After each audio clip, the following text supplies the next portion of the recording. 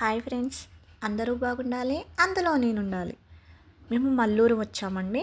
ఇది ఎక్కడంటే ములుగురు జిల్లాలోని మంగంపేట మండలం మల్లూరు గ్రామానికి 4 కిలోమీటర్ల దూరంలో ఈ లక్ష్మీ నరసింహస్వామి టెంపుల్ ఉందండి. కరెక్ట్గా చెప్పాలంటే 135 కిలోమీటర్స్ దూరంలో గోదావరి నది తీరాన ఏటునాగారం భద్రాచలం రహదారి ఆనుకొని ఉంటుందండి ఈ క్షేత్రం. ఇక్కడ హిమాలయాలలో మాదిరిగానే హిమాచల క్షేత్రం వైద్యానికి వనమూలికలకు పెట్టింది పేరండి ఇది. ఇక్కడ మునులు ఋషులు ఈ క్షేత్రంపై తపస్సు చేశారు. ఇక్కడ అంత మంచి ప్లేస్ అండి ఇది.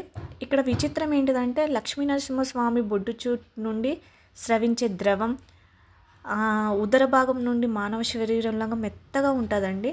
మనుషులకు వచ్చినట్టే ఆయనకు చెమట వస్తుంది. నరసింహస్వామి బొడ్డు వద్ద గాయం కావడం వల్ల ఇక్కడ ఒక ద్రవం ఎప్పుడూ స్రవిస్తూనే ఉంటుంది. అయితే పూజారులు ఆ ద్రవాన్ని కట్టడానికి చందనం పెట్టారు. ఆ చందనాన్ని భక్తులకు శనివారం, ఆదివారం, సోమవారంలో ప్రసాదంగా ఇస్తారు. సంతానం లేని వారికి కూడా ఈ ప్రసాదంతో సంతానం కలుగుతుందని అక్కడి వారి నమ్మకం అండి. కానీ చాలా మంచి దేవుడు కదండి.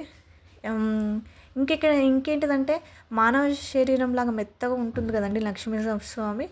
ఆయన ఛాతి పైన వెంట్రుకలు కూడా ఉంటాయంట. ఈ చూపుడు వేలతో విగ్రహం ఛాతిని తాకితే శరీరం లాగా సున్నితంగా లోపలికి వెళ్తుందంట.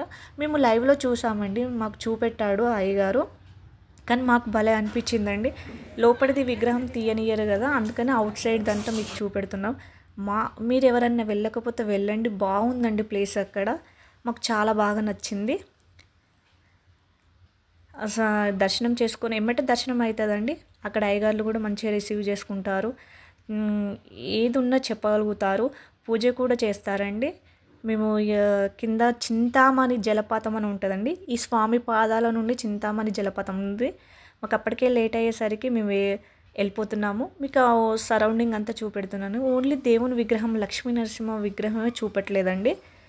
మేము ఇప్పుడు నెక్స్ట్ అక్కడికే వెళ్తున్నాము. చూడండి ఇదే చింతామణి జలపాత వే అండి. ఈ చింతామణి వేకు కూడా ఒక చరిత్ర ఉందండి. ఈ స్వామి పాదాల నుండి కూడా జలపాతంలాగా ఉంటుందండి. ఈ చింతామణి జలపాతంగా పిలుస్తారు. ఇక్కడ వాటర్ చల్లగా ప్రవహించే ఔషధ గుణాలతో కలిసిన ఈ నీరు ఎన్నో రోగాల నుండి ఉపశమనం కలిగిస్తుందని ఇక్కడ నమ్మకం అండి. ఇక్కడ ఒక చరిత్ర ఏంటిదంటే రుద్రమదేవి ఒకసారి తీవ్రమైన వ్యాధితో బాధపడుతూ చింతామణి జల ద్వారా నీటిని తాగిందని, ఆమె అనారోగ్యం బారి నుండి బయటపడిందని చాలామంది చెప్తూ ఉంటారండి. అంతేకాదండి, చింతామణి జల ద్వారా నీటిని విదేశాలలో ఉన్న తమ వారికి కూడా పంపిస్తూ ఉంటారంట. ఇక్కడ బాటిళ్ళల్లో తీసుకొని పంపిస్తూ ఉంటారు. మల్లూరు ఆలయ పరిసరాల్లోని అటవీ ప్రాంతంలో ఔషధ మొక్కల వనాన్ని పెంచుతారు. ఇక్కడంట చాలా ఉన్నాయండి. అందరూ పెద్ద పెద్ద బాటిళ్ళు తీసుకుంటారు. ఈ ఆలయాన్ని మల్లూరులో లక్ష్మీనరసింహస్వామి టెంపుల్ దర్శించుకోగానే ఎమ్మటే అందరు ఇక్కడికి వచ్చి ఈ చింతామణి దగ్గర ఉన్న వాటర్ చూడండి ఎలా వెళ్తున్నాయో, అక్కడ వాటర్ అందరూ తాగుతారండి. మల్లూరు ఆలయాన్ని జీవితంలో ఒకసారైనా దర్శించుకొని వెళ్ళండి. Bye friends.